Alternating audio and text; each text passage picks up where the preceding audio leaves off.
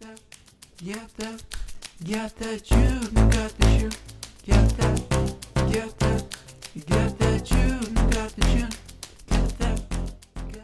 What is going on YouTube? June here, and I'm back again. We are continuing the PvE series so we can break it all down so you have an easier time navigating through all this new content. We left off in the last video from the sea lion video. Again, if you haven't checked that out yet, there'll be a card up top you can click on.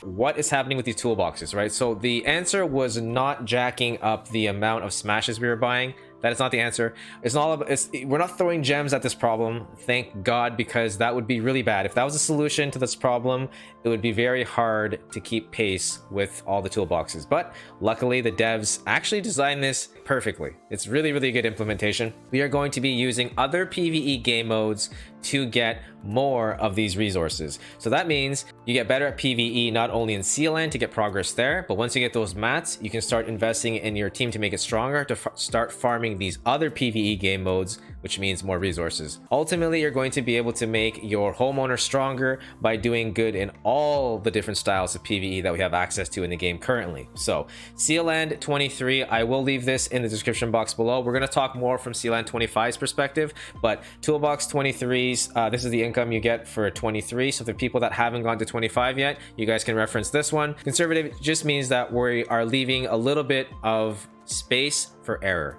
right? Your account's not strong enough yet, or you're still getting your footing for the Realms Gate and the Vanquisher planets.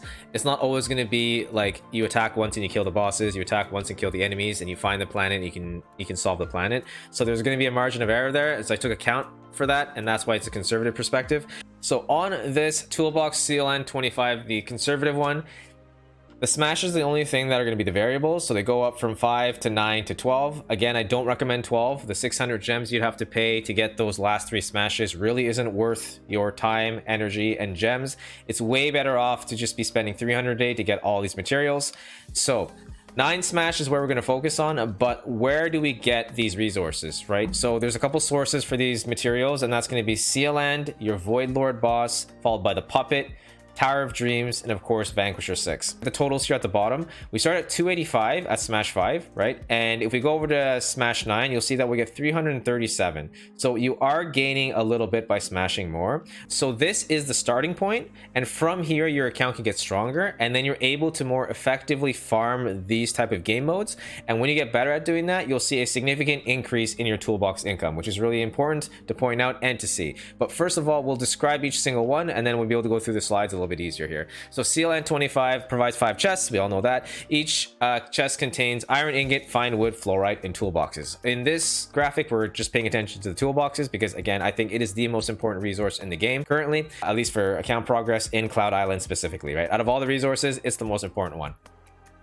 Void Lord bosses at Void Corruption 101.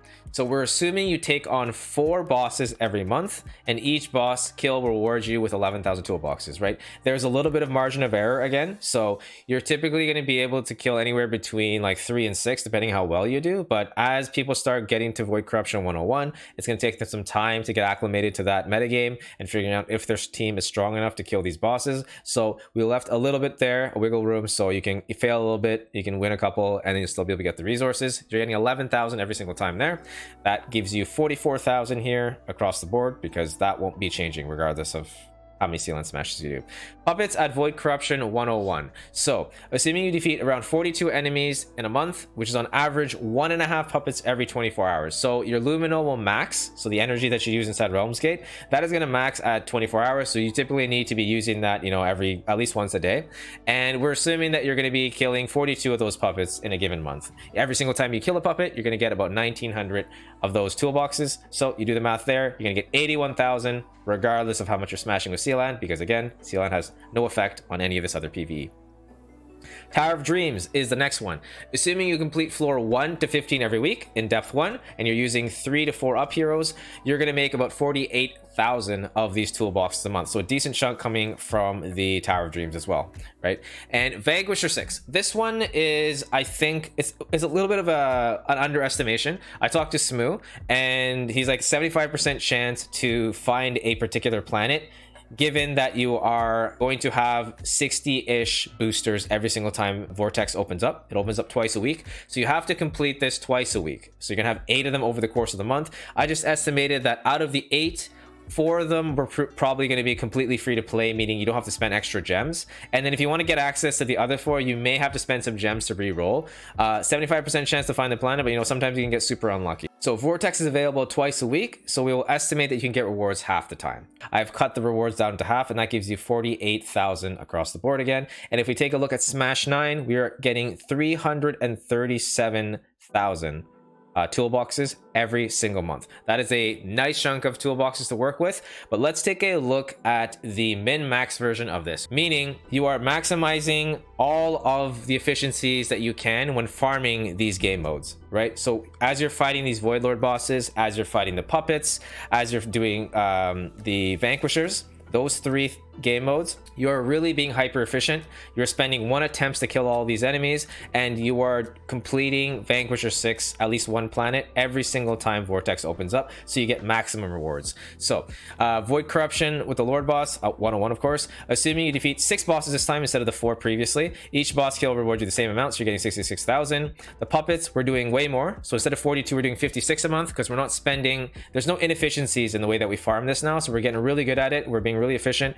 We're able to kill a bunch more, and we're doing about 2 every 24 hours now, and we're hitting the same amount of toolbox rewards because it's the same rewards, but we're just doing it a lot better, more effectively. So we're getting 109,000 from that, and the Tower of Dreams stays the same. I'm just going to assume the Tower of Dreams is really the end game of end game contents now. It's really hard to progress there, and you don't really get that much more by going into deeper depths currently. And like the teams that the average player has are not really strong enough to compete. So I'm always going to keep Tower of Dreams as kind of just like a standard, like just like the baseline. It's depth 1. You're doing 1 to 15, 3 to 4 up heroes, right? And you're going to average the 12k toolboxes a week, so you're going to get 48,000 for the month. Vanquisher 6, we were doing the conservative way, was just half of the time we get rewards. This time we're doing it every single time, so that's 8 times over the course of a month. So we're going to get 96,000 toolboxes. If you look at the total now for the Smash 9, we're at 435,000, which is pretty much 100,000 more than we were getting previously, right? So if we go back to the last one, conservative was 337, right? And now we're getting 435, so it's pretty much 100,000. So that is a significant increase in the amount of toolboxes that you can make in a given month by actually not spending extra gems. For the most part, you can argue that maybe in Vanquish you might have to spend some gems, but you're not spending gems in the case of like throwing them at Sealand just to get that like 30,000 extra, right? That's not worth it. But if you start building out your team to specifically target these type of content, then you're going to get rewarded by 100,000 extra toolboxes. I think this is really good information to have moving forward. You can make decisions based off of what people are using for Void Corruption, and this is just the floor, folks, right? This is what really is the floor, the conservative outlook, right? But once you get to the conservative one, you're going to think, okay, I want to get better. Like, how do I get better at doing it? So then you're going to start looking at the Realms Gate meta and trying to figure out, how do I build a team? What artifacts do I need to do that more efficiently so I get more rewards? Because as you get to Void Corruption 101, you can keep climbing to 120. There's 20 levels more to keep progressing, but you can still keep progressing through the Realms Gate content and get more rewards for toolboxes across the board, because as you defeat